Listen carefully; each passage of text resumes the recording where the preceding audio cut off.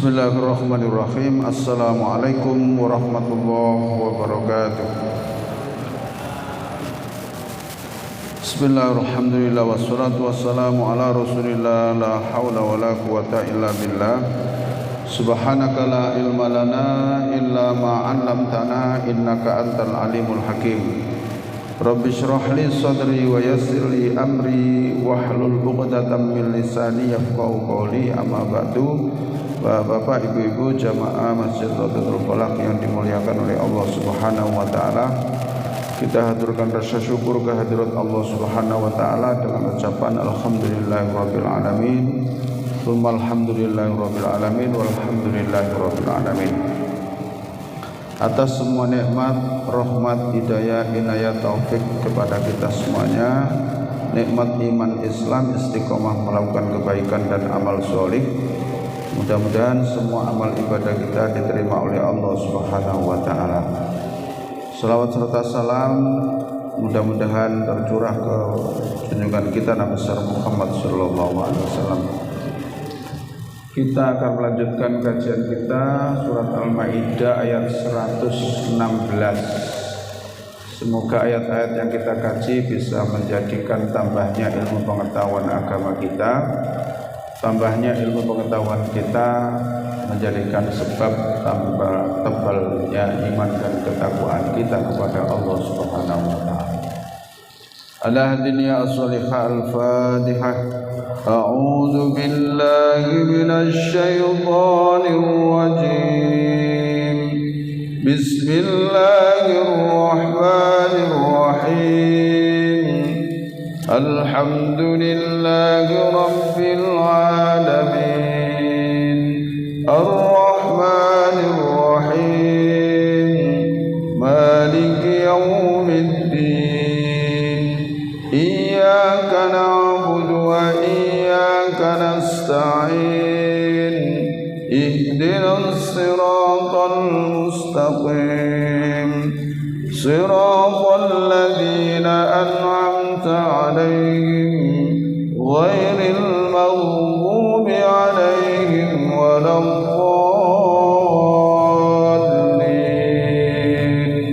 Amin. Ini tolong bahasa dikurangi. Gaul.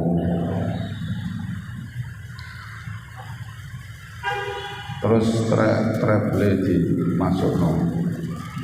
Jadi mboten gaul. Dikurangi titik volumene. Bismillahirrahmanirrahim. Wa idh qala Allahu ya Isa ibn Maryam. Wa idh qala, dan ingatlah ketika berfirman Allahu Allah ya Isa, wahai Isa ibn Maryam, putra laki-laki Maryam. A'anta, apakah engkau, kulta, kamu berkata, linnasi, kepada manusia, ittakhiduni, jadikanlah aku, wa ummiya, dan ibuku, ilahaini, dua Tuhan, min dunillahi, dari selain Allah. Qala, Musa menjawab, subhanaka, maha suci engkau ya Allah, ma yakunu li, tidak patut bagiku, an akula, aku mengatakan ma laisa li bihaq, di mana aku tidak mempunyai hak untuk mengatakan itu. In kuntu, jika aku, kultuhu, mengatakan, wahai kaumku, jadikan aku dan ibuku itu dua Tuhan, jika aku mengatakan seperti itu, faqad alimta, maka sungguh engkau juga melihatnya. Ta'lamu, engkau melihat, ma fi nafsi, apa yang ada dalam diriku, wala a'lamu, dan aku tidak dapat melihat, ma fi nafsik, apa yang ada di dalam zatmu. Innaka, sesungguhnya engkau, anta, engkau, allamul ghuyub, zat yang maha tahu segala yang gaib. Ayat ini mengatakan bahwa besok di hadapan Allah pada hari Yaumul Qiyamah itu Allah bertanya kepada Isa, itu, wahai Isa, opo awakmu tau ngomong nanggone kaummu, nek awakmu iku karo ibumu itu didadekno Tuhan min dunilai dari selain aku. Apa kamu pernah menyuruh kaummu itu untuk menjadikan kamu dan ibumu itu sebagai dua Tuhan? Ya. Padahal Allah kan juga sudah tahu. Tapi ini dialog ini disampaikan di dalam Al-Quran agar Nabi Muhammad juga menyampaikan dialog ini kepada umatnya dan kepada orang-orang Kristen. Nabi Musa ketika ditanya itu menjawab, subhanaka ma yakunu li an aqula ma laysa li bihaq. Maha suci engkau, tidak patut bagi kami, tidak patut bagiku ya Allah untuk mengatakan sesuatu yang aku tidak punya hak untuk itu. In qultuhu faqad alimta, jika aku menyampaikan begitu, toh panjenengan juga pirsa. Kan gitu nggih. Panjenengan pasti kan tahu. Ya, gitu.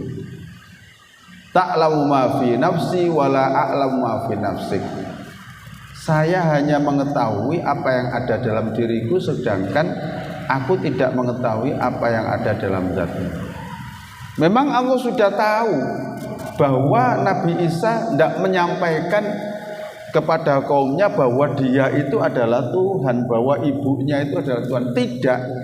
Tapi Allah mendialogkan seperti ini agar pengikut Nabi Isa itu tahu bahwa nanti itu Musa akan ditanya seperti ini. Dan Musa akan jawab seperti ini gitu. Ya. Lah siapa yang menyampaikan? Ya Nabi setelah itu, yaitu Nabi Muhammad, kan begitu. Maka Nabi Muhammad juga sudah menyampaikan ayat-ayat seperti ini. Tapi mereka sudah tidak mau menerima lagi apa yang informasi wahyu yang dibawa oleh Nabi Muhammad. Mereka serta-merta menolak. Jangankan wahyu yang disampaikan, wong kenabiannya aja tidak diakui, kan begitu. Jadi apapun kebenaran dari Allah ya sudah. Yang penting Nabi Muhammad sudah menyampaikan itu, dan urusan mereka mau menerima atau tidak itu bukan urusan Nabi Muhammad, urusannya Allah. Innaka anta allamul ghuyub, sesungguhnya engkau itu zat yang mengetahui segala kegaiban yang ada di muka bumi. Ma qultu lahum, sekali-kali aku tidak mengatakan lahum bagi mereka illa ma amartani bihi, kecuali apa yang telah engkau perintahkan kepadaku untuk menyampaikan kepada kaumku. Apa itu? Anik butullaha, wahai kaumku, sembahlah kalian kepada Allah. Yang aku sampaikan ya yang panjenengan perintahkan itu. Aku mengajak, menyuruh mereka untuk menyembah kepada Allah, Rabbi, yaitu Tuhanku, wa rabbakum, dan Tuhan kamu sekalian. Ini yang disampaikan oleh Musa kepada kaumnya. Wa kuntu alaihim, dan aku atas mereka selama hidupnya syahidan, orang yang menjadi saksi, madumtu fihim, selama aku hidup bersama mereka. Falamma tawaffaitani, maka tatkala engkau mengangkat aku ke langit, kunta, engkaulah, anta ya engkau, ar-raqibah, yang mengawasi alaihim, atas mereka. Wa anta, dan engkau panjenengan, ala kulli syai'in, atas segala sesuatu, syahidan, zat yang menjadi saksi. Ya, jadi ini pernyataan Nabi Isa.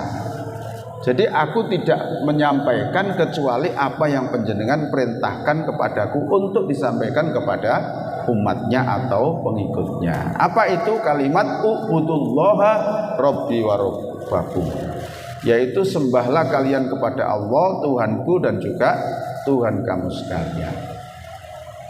Dan aku menjadi saksi atas umatku selama aku hidup bersama mereka. Tapi tatkala engkau mengangkatku ke langit, maka tugas kenabianku, kerasulanku berarti sudah selesai. Dan engkau yang mengawasi apa itu kaumku yang ada di muka bumi. Wa anta ala kulli syai'in syahid. Dan engkau maha kuasa atas segala sesuatu, ya zat yang menjadi saksi. Terus pernyataan Nabi Isa lagi, in tu'adzibuhum, jika engkau mengadab mereka karena perbuatan kekafiran mereka, fa innahum ibaduk, karena sesungguhnya mereka itu adalah hamba-hambamu. Wa in taufir lahum, dan apabila engkau mengampuni mereka karena keimanan mereka, fa innaka, maka sesungguhnya engkau al-azizu, zat yang maha perkasa, al-hakimu, zat yang maha bijaksana. Nek panjenengan menyiksa mereka, maka itu hak panjenengan Gusti, karena mereka itu adalah hamba-hambamu. Tapi kalau panjenengan mengampuni mereka karena ketaatan mereka, maka panjenenganlah zat yang maha perkasa dan yang maha bijaksana untuk melakukan itu. Di dalam ayat yang lain, Allah berhak mengampuni kepada siapa yang Dia kehendaki dan berhak menyiksa kepada siapa yang Dia kehendaki. Nah, tentunya yang dikehendaki oleh Allah untuk diampuni ya mereka-mereka yang berjuang untuk mendekatkan diri kepada Allah, menjalankan perintahnya dan meninggalkan larangannya. Tapi orang yang tidak ada di dalam hatinya untuk taat kepada Allah, menjalankan perintahnya dan menjauhi larangannya, ya tidak mungkin dikehendaki oleh Allah untuk diampuni dosanya. Itu. Maka Nabi Isa dalam hal ini pasrah, ya, karena ranah itu bukan ranah beliau, tapi sudah ranah Allah. Maka dialog seperti ini ditulis di dalam Al-Quran untuk disampaikan kepada umat yang masih hidup pada zaman Nabi Muhammad. Nah, di mana Nabi Muhammad menyampaikan? Di Madinah. Di Madinah itu ada orang Nasrani Najron, orang Kristen, ada orang Yahudi. Jadi lengkap di situ itu Pak. Di Madinah itu ada orang Yahudi, ada orang Nasrani, ada orang Majusi. Semuanya ada di situ dari berbagai golongan. Maka ayat-ayat yang turun terkait dengan orang Yahudi, terkait dengan orang Nasrani sudah disampaikan semua. Ya, sehingga nanti ketika orang Yahudi dan orang Nasrani itu disiksa oleh Allah, tidak ada alasan. Nah, kan begitu, tidak ada alasan. Karena kalau tidak ditulis kembali dalam Al-Quran dan Nabi Muhammad tidak menyampaikan, kan ya mereka bisa alasan. Saya tidak diberitahu sama sekali, tidak ada wahyu yang sampai pada saya. Nah, seperti itu kan. Nah, ketika mereka berkelit di situ, Nabi Muhammad dipanggil. Muhammad, apa bener pernyataannya? Wong Yahudi Nasrani, awakmu gak tahu nyampe no ayatku tentang iki. Mboten Gusti, sampun kula sampaikan. Mereka yang tidak mau menerima. Siapa saksimu Muhammad? Nah, silakan panggil sahabat-sahabatku. Sahabat-sahabatnya Nabi Muhammad dipanggil. Apa benar Nabi Muhammad sudah menyampaikan ayat ini di hadapan orang Yahudi, orang Nasrani? Sampun Gusti. Mereka yang tidak mau menerima. Ya sudah. Nggak ada alasan lagi, ya, nggak ada alasan lagi, karena ayat ini sudah jelas-jelas ditulis di dalam Al-Quran, gitu loh. Ditulis Allah dalam Al-Quran sebagai saksi. Jadi Nabi Muhammad juga saksi atas perbuatan mereka. Tatkala disampaikan ayat itu terus mereka mengkufurinya. Itu. Qala Allahu hadza yaumu yanfa'us shadiqina sidquhum. Qala berfirman Allah hadza ini hari kiamat, maksudnya yaumu yanfa'u adalah hari yang betul-betul bermanfaat as-shadiqina bagi orang-orang yang benar imannya, ya, orang-orang yang benar imannya. Sidquhum karena kebenaran mereka. Ya, benar imannya itu seperti apa? Ya, kita hanya mengakui Allah satu-satunya Tuhan yang Maha Esa, Nabi Muhammad sebagai Rasul, bukan iman yang seperti orang Yahudi dan orang Nasrani. Mereka itu iman kepada Allah, orang Yahudi loh ini. Orang Yahudi itu iman kepada Allah, juga mengakui keesaan Allah, tapi mereka mengatakan bahwa Nabi Uzair itu anaknya Allah. Terus yang kedua salahnya tidak mau menerima kenabian Nabi Muhammad dan tidak mau menerima Al-Quran, ajaran yang dibawa oleh Nabi Muhammad. Lah, iman orang Nasrani atau orang Kristen bagaimana? Dia mengakui keberadaan Allah. Bumi dan langit ini ciptaan Allah. Tapi salahnya dia itu mengakui bahwa Isa Al-Masih itu anak Tuhan. Ya kan begitu? Salahnya di situ. Jadi podo salah Yahudi. Yang kedua, dia tidak mengakui kenabian Nabi Muhammad dan tidak mengakui, tidak menerima ajaran yang dibawa oleh Nabi Muhammad. Lah, iman siapa yang benar pada hari kiamat itu bermanfaat as-shadiqina, orang-orang yang benar imannya. Yang iman kita ini, ya iman kita ini sidquhum karena kebenaran iman mereka.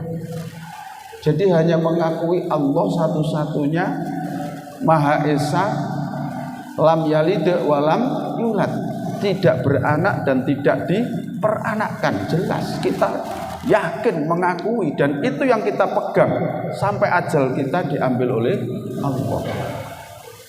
Iman yang benar. Bagi orang-orang yang mempunyai iman yang benar seperti ini, lahum bagi mereka jannatun, surga-surga, tajri mengalir min tahtiha, dari bawahnya al-anharu, sungai-sungai, kholidina mereka di dalamnya kekal, kholidina mereka di dalam surga, fiha kholidina mereka masuk, fiha di dalamnya surga, abadan selama-lamanya. Ya, abadan itu dari bahasa Arab, Pak, kemudian dimasukkan ke bahasa Indonesia menjadi abadi. Asalnya teko abadan, jadi abadi, ya, selama-lamanya. Di surga kita ini selama-lamanya tanpa batas. Yang kedua, radhiyallahu an, radhiya ridho Allah anhum, dari mereka para penghuni surga. Allah itu ridho, ya, maksudnya senang, puas melihat hamba-hambanya yang masuk surga. Waradu anhu, dan mereka para penghuni surga juga ridho atas pemberian Allah, atas keberadaan Allah dan yang memberikan semuanya. Dzalika, itulah al-fauzul adzim, keberuntungan yang sangat besar. Ya, keberuntungan yang sangat besar. Jadi di surga ini mendapat dua ini, Pak. Satu, mendapat surga dengan segala kenikmatannya. Itu adalah kepuasan fisik. Fisik kita yang merasakan segala kenikmatan surga. Yang kedua, mendapat ridho Allah. Itu adalah kepuasan rohani. Jadi kedua-duanya kita dapat. Kepuasan secara fisik jasmani dan kepuasan secara rohani, karena Allah menumpahkan ridhonya kepada para penghuni surga. Jadi ridho itu podo karo jenengan mertamu terus sing ditamoni itu seweneng gitu Pak. Sampai kate pamitan gak oleh. Susu arek nginep dok kene aku tambah seneng Pak. Itu namanya ridho. Itu ya. Itu namanya ridho. Jadi senang. Jadi kita itu mendapat dua kesenangan ini Pak. Kenikmatan secara fisik, kenikmatan surga itu, dan kita kenikmatan rohani karena kita mendapat ridho dari Allah. Dzalikal fauzul adzim. Itulah keberuntungan yang sangat besar. Kesuksesan, al-fauzu ini bisa diartikan kesuksesan. Jadi sebenarnya yang disebut orang sukses itu, kalau ini kaidahnya Allah, ialah orang yang setelah hidup ini meninggal dunia, dia mendapat keberuntungan, mendapat kenikmatan, mendapat surga. Itulah orang yang sukses. Sukses yang sejatinya, gitu kan? Sukses yang hakikatnya sukses adalah di dunia dia bisa beribadah kepada Allah, meninggalkan larangannya, menjalankan perintahnya, nanti di akhirat masuk surga. Itu kesuksesan yang hakiki. Sejatinya sukses yaitu sebenarnya. Adapun orang yang punya pangkat, kedudukan, jabatan, uang banyak, itu dibilang orang sukses hanya ukuran dunia. Hanya ukuran dunia. Akhirat belum tentu. Gitu loh. Akhirat belum tentu. Nah, orang sekarang itu cenderung orang menilai orang sukses itu ya kalau punya pangkat, kedudukan, jabatan, uang banyak, rumah mewah, mobil mewah. Nah, itu dianggap orang sukses. Tapi menurut Allah sukses yang sebenarnya bukan yang itu. Tapi sukses yang dia nanti mendapat surganya Allah, mendapat ridhonya Allah, dzalikal fauzul adzim. Itulah sukses yang sangat besar. Nah, kita ini ingin mendapatkan kedua-duanya, dan itu sudah tersebut di dalam doa kita. Rabbana atina fid dunya hasanah. Ya Allah, berikan kepada kami dunia ini baik. Baik itu ya tercukupi segala kebutuhan, kan gitu ya. Baik rezekinya, baik anak-anaknya, baik nasibnya, baik perjalanannya. Wa fil akhirati hasanah. Dan di akhirat nanti juga berikan kebaikan ya Allah. Masuk surga, dapat ridhonya Allah, dapat kenikmatan. Ditambahi mana? Waqina adzabannar. Dan peliharalah kami dari api neraka. Ojo sampai kula niki mlebu neraka. Jadi itu sudah menjadi misi kita, doa kita sehari-hari. Itu. Jadi kalau mereka orang-orang kafir hanya mengutamakan sukses dunia saja, karena mereka itu tidak percaya setelah kematian itu ada hari kebangkitan, hari kiamat. Gak percaya. Ngomong kafir dijak mikir ngono wangel. Mereka itu masih mempertanyakan, masa sih orang yang sudah hancur, bercampur dengan tanah, tulang-tulangnya sudah rusak, masa bisa hidup lagi? Jadi dipikir nganggo otak, tidak dipikir pakai iman. Ya kalau pakai otak ya gak nyadar. Ada ilmunya Allah itu yang tidak bisa dijangkau oleh manusia. Seberapa mampu sih kita ini? Cerdas-cerdasnya wong nggak bisa Pak menjangkau ilmunya Allah. Di dalam akhir surat Al-Kahfi itu dikatakan, kullau kanal bahru midadal li kalimati rabbi. Andaikan lautan itu dijadikan tinta untuk menulis semua kalam Allah, kalimat-kalimat Allah yang ada di muka bumi ini. menulis hukum-hukum yang ada di alam, gravitasi bumi, tanam-tanaman, tumbuh-tumbuhan, terus itu tulis kabeh, dicatat kabeh. Lana fidal bahru, pasti air laut yang dijadikan tinta itu habis. Lana fidal bahru qabla ayyan sebelum ilmunya Allah ini habis, air laut yang jadi tinta itu sudah habis lebih dulu. Nah ini kok menungso kepingin menjangkau ilmunya Allah, sedikit pun tidak. Itu surat Al-Kahfi itu. Qul law kana al-bahru middadan li kalimati rabbi lanafidal bahru, ya, maka habislah air laut itu. Dzalikal fawzul azim. Nah, ini target kita, mudah-mudahan kita ini menjadi mendapat surganya Allah, mendapat ridhonya Allah, dan kita mendapat suatu keberuntungan yang besar. Akhir ayat surat Al-Maidah, lillahi, milik Allah, mulkus samawati, kerajaan semesta langit, wal ardi, dan bumi, wa ma fihinna, dan apa-apa yang ada di dalamnya, di dalam langit, di dalam bumi. Langit yang kita lihat ini tidak hanya seperti yang kita lihat, Pak. Wong langit itu adalah 7 lapis, kan begitu ya. Masing-masingnya penuh dengan bintang-bintang, gugusan bintang-bintang, galaksi yang ada di sana, miliatan bintang-bintang. Coba, semuanya itu tidak berhenti tapi bergerak, masing-masing beredar di garis poros masing-masing. Kita bisa bayangkan kalau mereka itu tidak tunduk kepada Allah, apakah sering terjadi kerusakan? Pasti mereka itu akan berjalan dengan dirinya sendiri. Misalnya kepengen api-apian, jarine matahari, aku kepengen dino iki tak menggok rono misalnya gak tunduk kalau aturannya Allah, ya.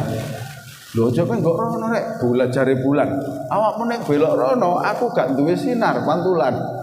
Kan bulan itu kan pantulan sinar jari matahari. Maka kedua makhluk ini tunduk dengan aturan Allah dan segala benda yang ada di langit. Di dalam bumi ini pun juga banyak benda-benda, ada air, ada gas, ada apa saja di kandungan bumi. Semuanya itu tunduk mengikuti aturan Allah. Wa huwa ala kulli syai'in qadir, dan dia atas segala sesuatu qadirun, maha berkuasa. Nah, jadi terakhir surat Al-Maidah ini ditutup dengan ilmu akidah. Ilmu akidah itu ya ilmu yang meyakini bahwa Allah itu betul-betul menjadi kerajaan langit dan bumi. Nah, gitu. Wa ma fihin, dan segala isinya itu adalah semuanya Allah yang ngatur, yang selama ini tidak pernah terjadi apa-apa. Semuanya itu tunduk patuh sesuai dengan yang diperintahkan oleh Allah. Selama ini tidak pernah kita jumpai matahari terus macet, gak iso muncul, itu gak pernah, ya, gak pernah. Misalnya masih macet di Bali, gak iso muncul, gak tahu. Kira-kira nek ngono dong heboh, Pak. Ono apa iki? Jam 09.00 masih kurang betul. Selama ini tidak pernah terjadi begitu. Nah, inilah diakhiri dengan satu akidah, gimana kepercayaan dan keyakinan kita Allah sebagai kerajaan langit dan Allah sebagai kerajaan bumi, dan apa yang ada di dalamnya adalah miliknya. Itu. Barangkali ada yang ditanyakan, monggo. Monggo Pak, dibantu. Assalamualaikum warahmatullahi wabarakatuh. Waalaikumsalam warahmatullahi wabarakatuh. Saya karena Islam, ya, tidak lain mulai dari orang tua sampai sekarang. Tapi ada pernah beragama lain. Itu pun berasal dari keturunan neneknya sampai kemudian pernah dialog dengan secara santai saja bahwa kenapa Anda kok meyakini bahwa Anda yang Anda anut yaitu agama non Muslim Nasrani mengatakan saya ini pasti masuk surga karena dengan percaya saja dengan Yesus juru selamat itulah bukan saya sendiri itu saya ini dengan yakin bahwa Allah itu esa Nabi Muhammad adalah Rasul saya pun yakin nah mengatakan pokoknya yang selain Yesus juru selamat dan itu saat yang saya itu terasa begitu maka dengan demikian ini kalau kita berjumpa dalam keadaan tak bisa Pak apa menyatakan apa itu kalau saya jelas betul dia mereka pun mengatakan betul dengan saya juru selamat Yesus saya pasti selamat keturunan saya akan bangga demikian ini bagaimana kita pun tetap agama kita Islam Allah satu Nabi Muhammad satu ya tapi mereka pun demikian maka sehingga kan kita hidayah karena ada pastor atau pendeta masuk Islam dengan mempelajari Al-Quran itu tidak bisa tanpa hidayah jadi mempelajarinya orang yang mengatakan seperti itu bahwa keyakinannya kan menurut keyakinan untuk surga dengan percaya saja Yesus saya oke ya mohon penjelasan bagaimana keyakinan sebagai agama Islam ya betul yakin Islam terima kasih Waalaikumsalam warahmatullahi wabarakatuh. Lah itulah Bapak keyakinan salah yang dibangun oleh para pelopor-pelopor mereka.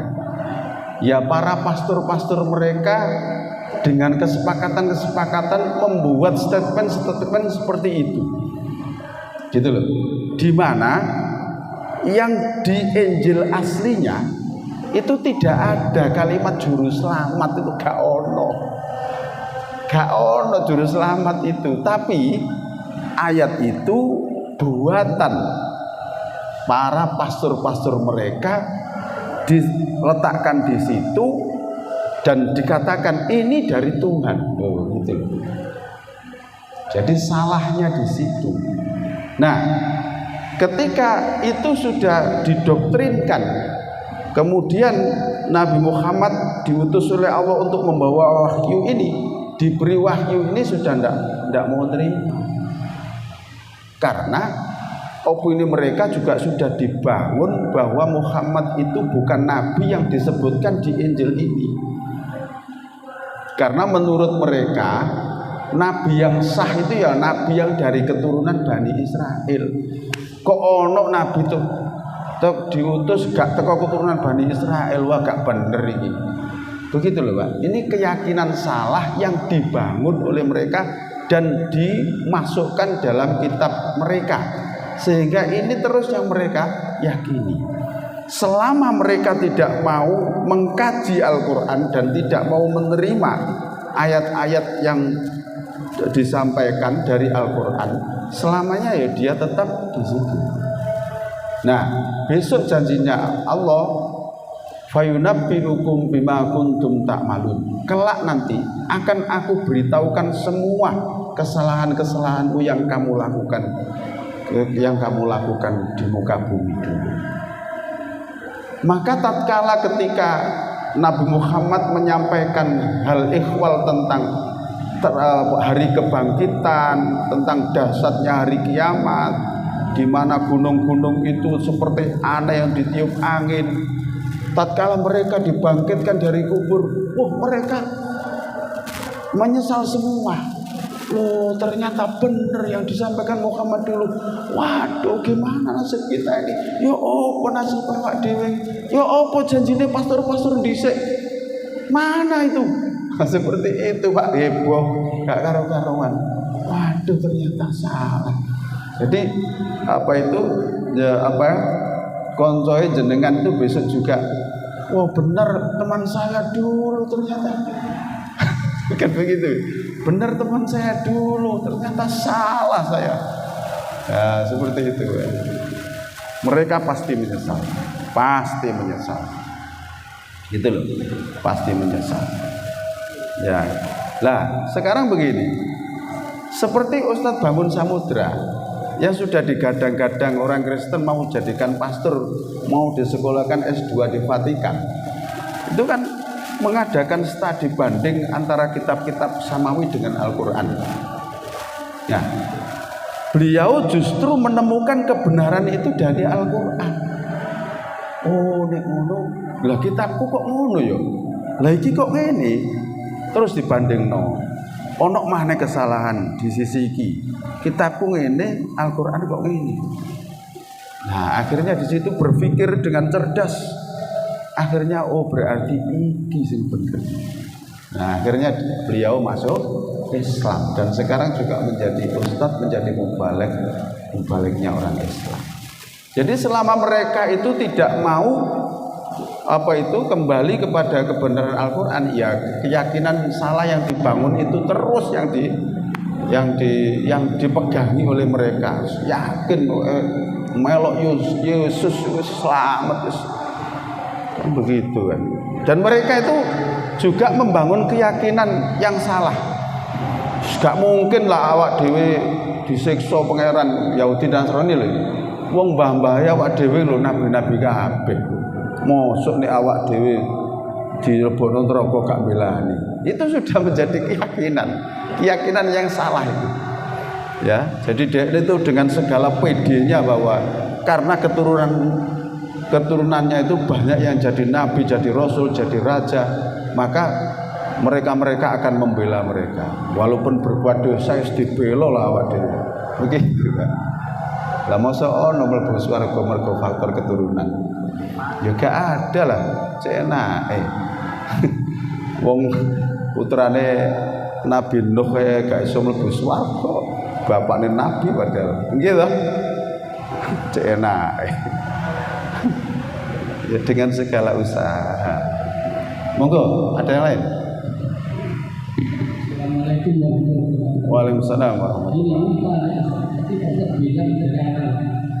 Bisa itu dikatakan kalau Tuhan itu Allah. Tapi kenapa sampai sekarang orang Kristen dia masih bilang Allah itu nggak bisa gimana? Orang kecil nggak bisa. Lah iya, itu apa ya? Keyakinan yang dibangun oleh para pendiri-pendiri mereka itu. Jadi mereka itu dalam menganalisa itu ya, jadi begini. Karena Bunda Maryam itu orang wanita suci, ya kan? Tidak pernah disentuh oleh laki-laki. Terus hanya ibadah terus di mihrab, di Masjidil Aqsa. Terus banyak keistimewaan-keistimewaan. Kok tiba-tiba mengandung dan melahirkan? Oh berarti itu anak Tuhan. Nah, dengan gampangnya mereka begitu, Pak. Jadi langsung dia simpulkan bahwa oh berarti anak Tuhan. Ini istimewa. Nah, jadi orang Kristen itu keterlaluan dalam mengunggulkan nabinya. Tidak hanya sekedar dianggap nabi, bahkan dianggap anak Tuhan. Kalau kita memuliakan Rasul, mengagungkan Rasul, silakan. Asalkan siji, Rasul jangan dianggap Tuhan. Loro, Rasulullah jangan dianggap anak Tuhan. Tapi Rasulullah adalah hamba Allah yang diutus oleh Allah di muka bumi. Nah, orang Kristen itu keterlaluan mengunggulkan Isa. Ya, jadi itu keyakinan salah yang dibangun. Jadi besok itu akan diungkapkan semua oleh Allah. Tidak sampai hari kiamat, Pak. Setelah dia detik-detik mau nazak itu sudah diperlihatkan bahwa apa yang selama ini dia lakukan itu salah. Tapi Allah sudah tidak mau menerima taubat. Sudah itu. Ya, jadi berbahagialah kita ini dijadikan oleh Allah sebagai umat Muhammad dengan iman yang benar, ya, dengan akidah yang benar sampai ajal kita menjemput kita, sehingga kita nanti mendapat jaminan surga dari Allah. Nah, ini yang jelas dapat jaminan itu yang ini, Pak. Kan begitu ya. Bukan Yesus tadi yang jamin. Mana enggak ada satu ayat pun yang Yesus itu bisa jamin masuk surga, kecuali ayat yang dibuat oleh dia. Gitu loh. Itu. Cukup nggih? Nggih. Insya Allah untuk pertemuan depan saya isi hari Senin nggih.